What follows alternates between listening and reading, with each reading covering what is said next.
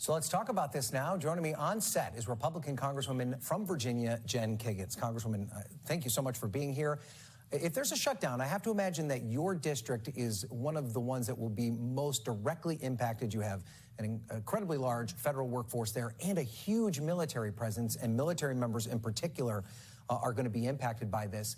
What can be done right now with only 3 days to go to prevent this from happening? Yeah, well, it's frustrating for me representing in a district that is very heavily military. We also have a large veteran population and DoD civilians and contractors who work and support our military. So one of the things that I put in place was the Pay Our Troops Act that we introduced last Thursday.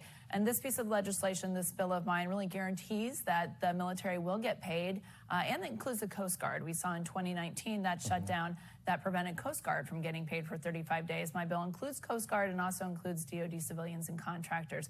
It's so important that we reassure our military members that they will get a paycheck. They have earned that paycheck. I want to relieve that anxiety from them, and we've heard from so many of them. But is it going to get on the floor? There's only 3 days left to go. Is the Speaker giving you an indication that it's going to be voted on between now and Saturday night? So we've spoken to leadership. We started that process on Thursday and worked through part of the weekend to ensure that they knew this was important, not just for my district, but really for the country and for our national security. It's a national security issue that we take care of our men and women in uniform. So we will continue to push. Obviously, we want to not shut the government down. That is priority number one, to not shut the government. But worst case scenario, we need to have this kind of plan B or this alternative. If, worst case, it does shut down, then we want to take care of our military. Okay, so I understand where your priorities are here, but I was there when you were with a group of your fellow members that are in districts that President Biden won in 2020, and you've expressed a level of frustration with your more conservative colleagues who are not open to anything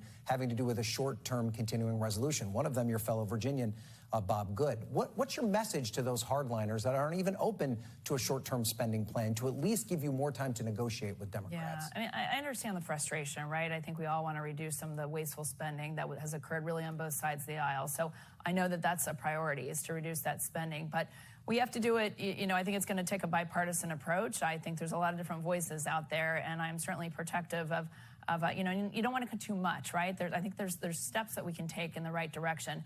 Republicans only control 1/2 of government right now, so it's a very small majority we have. So that kind of forces us to listen to other voices out there, and I think that's something for me from more of a purpley district. I have that luxury. I can listen to both sides. I think it's going to take some compromise.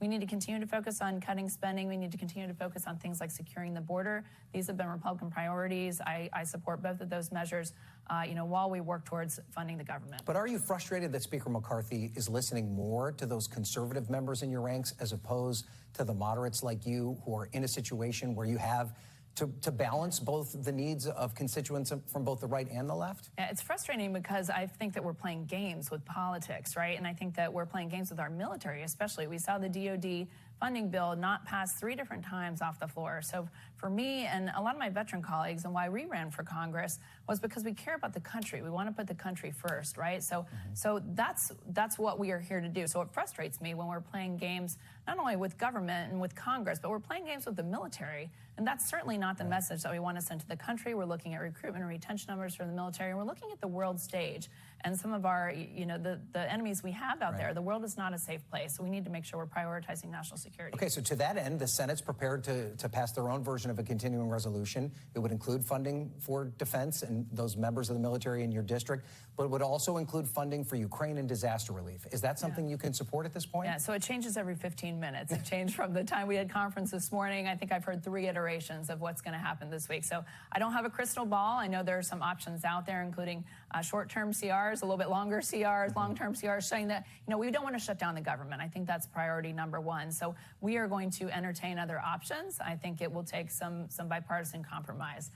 But fundamentally, do you believe that aid to Ukraine, which is also a necessity, at least that some view it as a necessity, should be part of these negotiations, or do you view that as a separate conversation? Yeah, so I've been a supporter of aid to Ukraine, but not a blank check, right? I think there needs to be some accountability. That's what our voters are asking for. But Putin is a thug, right? I mean, to not support Ukraine means you're supporting Putin, and we certainly want to keep America out of that fight. And right now, Ukraine is on those front lines of fighting with Russia, who continues to be an aggressor. So I want to keep my military, my military men and women and children, my children serve too, out of that fight. So it's important that we continue to fight Ukraine. It's important that we continue to educate members, maybe on my side of the aisle, who might not be as supportive.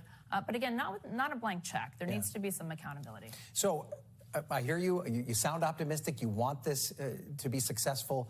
But are you realistic about it? I mean, we're 3 days away.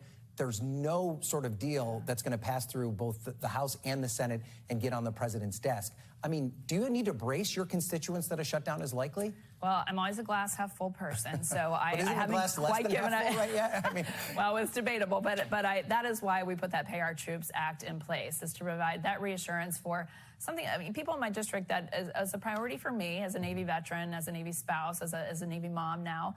So many people who live paycheck to paycheck, who are on those fixed incomes, who serve our great country and our great military. So if I could provide that reassurance, then I'm doing my job. So if you're that insistent about making that happen, make sure it doesn't happen by Saturday, would you be willing to support a clean continuing resolution that just extends time out to give you more time to negotiate through a discharge petition with Democrats? Is that something that you believe is a viable option? I think there's a real likelihood that we do pass a continuing resolution. What that looks like and what version that is, that's hypothetical right now. I think there's a lot of different versions out there. It's hard to, again, it changes every few minutes, so it's hard to say exactly what version will be passed, but I think there needs to be a show of bipartisanship. I think that's what the country wants, right? That's why I ran for Congress. I hated the rhetoric. I hated the division.